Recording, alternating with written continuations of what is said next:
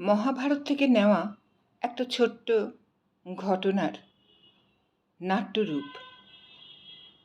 শিরোনাম ভবিতব্য, কলমে আর পাঠে আমি অঞ্জনা ব্যানার্জি।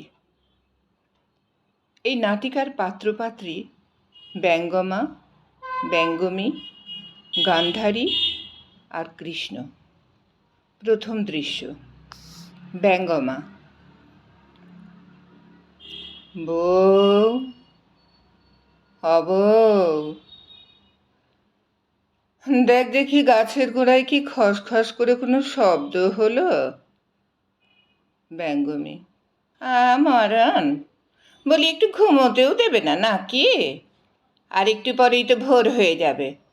আমাদের রাত মানে মানুষগুলোর দিন। ওদের তো আনাগোনা লেগেই থাকে এই সময়ে। কোনো কাজে হয়তো কেউ এদিকে এসেছে। তুমি বাপু আর জ্বালিও না, ঘুমিয়ে পড়ো তো।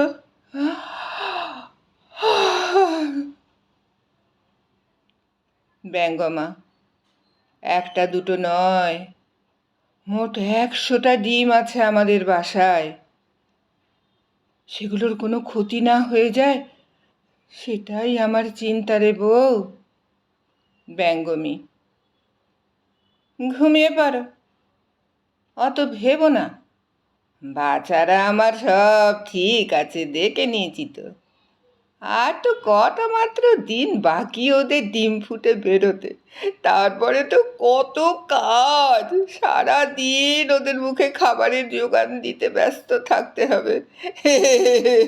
সব ঠিক হবে, সব ঠিক হবে, তুমি আর ভেবো না তো। তুই কেমন নিশ্চিন্তে ঘুমোচ্ছিস বউ? আমার যে মনে শান্তি নেই। কেমন যেন ভয় ভয় করছে।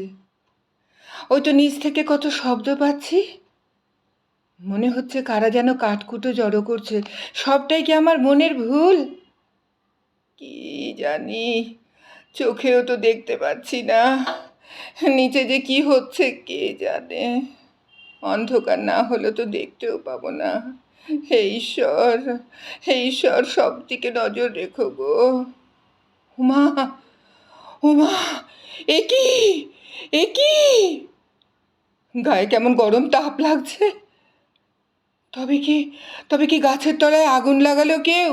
রান্না করবে? সর্বনাশ! ওই তাতে তো আমাদের ডিমগুলো সব নষ্ট হয়ে যাবে। ও বউ, বউ রে, ওঠ দেখি, ওঠ। দেখ দেখ কি সর্বনাশ হলো রে।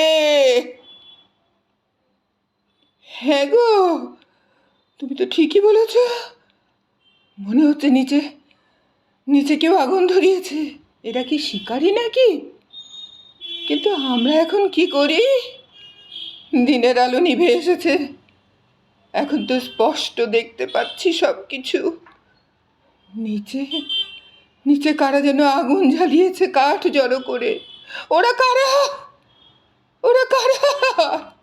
দেখে তো রাজা রানী বলে মনে হচ্ছে। উফ, আগুনের তাতে তো আর থাকা যাচ্ছে না। এখন কি করি, কি করি এখন? সব শেষ হয়ে যাচ্ছে গো, সব শেষ হয়ে যাচ্ছে। সব কটা ডিম নষ্ট হয়ে গেল গো, সব কটা ডিম নষ্ট হয়ে গেল।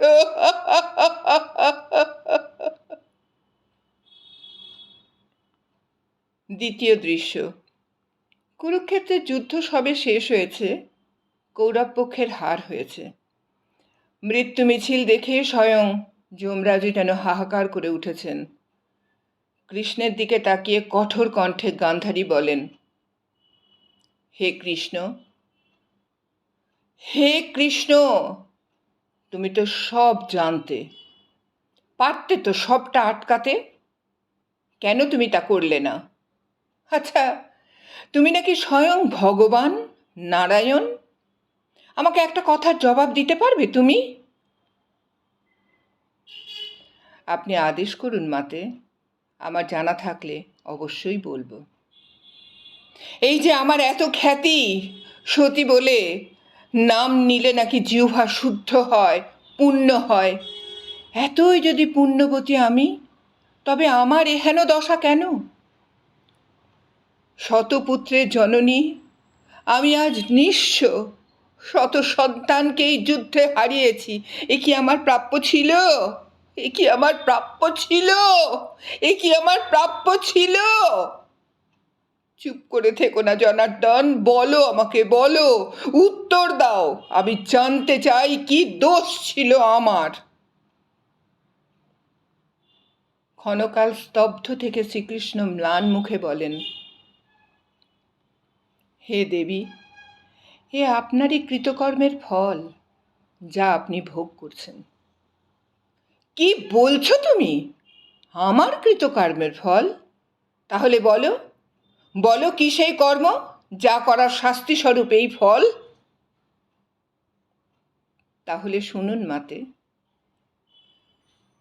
ঈশ্বরের ঘরে সকলের সব কর্মের হিসেব লেখা থাকে। সেই কর্ম অনুযায়ী সবাই জন্ম জন্মান্তরে ফল ভোগ করে। এ বিধাতার নিয়ম, কারোর নিস্তার নেই। তোমার কথা আমি কিছুই বুঝতে পারছি না, দয়া করে বোঝাও আমাকে। মাতে, এই জন্মে নয়, জন্মান্তরের এই আবর্তনে অতীতে আপনার দ্বারা অজান্তেই এক পাপ সংঘটিত হয়েছিল, তারই ফল আপনি এই জন্মে ভোগ করছেন। একেই বলে প্রারব্ধ। কি সেই পাপ? বলো, আমাকে খুলে বলো, আমি শুনতে চাই, আমি জানতে চাই। আপনার কয়েক জন্ম আগেও আপনি এবং মহারাজ স্বামী স্ত্রী ছিলেন এবং রাজা রানী ছিলেন। সেই সময় একবার আপনারা মৃগয়ায় গিয়ে পথভ্রষ্ট হয়ে গভীর জঙ্গলে পৌঁছে যান। সঙ্গে শুধুই সারথি ছিল, আর কেউ ছিল না। তারপর গভীর জঙ্গলে পৌঁছানোর পর রাজা জানান তিনি ক্ষুধার্ত। শিকারলব্ধ পশু খাদ্য হিসেবে প্রস্তুত, কিন্তু তাকে রান্না না হলে কি করে খাবেন? অতএব সারথীর সাহায্যে কাঠকুটো জোগাড় করে তাতে স্বহস্তে অগ্নিসংযোগ করে সেই পশু মাংস রান্না করে আহার করে আপনারা তৃপ্ত হয়েছিলেন। কিন্তু এতে পাপ কি হলো বাসুদেব? এতে পাপটা কি হলো? সেটাই তো স্পষ্ট নয়। সেই কথাতেই আসছি এবার। ওই গাছের ডালে ব্যঙ্গমা ব্যঙ্গমীর 100 ডিম প্রায় পরিপুষ্ট হয়ে ফোটার অপেক্ষায় ছিল। আগুনের তাপে সেই ডিমগুলি নষ্ট হয়ে যায়, অর্থাৎ 100টি নিষ্পাপ প্রাণ আপনার হাতে বধ হয়। ওই ব্যঙ্গমা ব্যঙ্গমী বাসা ত্যাগ করার প্রাক্কালে অভিশাপ দেয়, ওদের মতো সন্তান সুখ আপনাদেরও পেতে হবে। সেই অভিশাপই ফলপ্রসূ হয়েছে মাতা।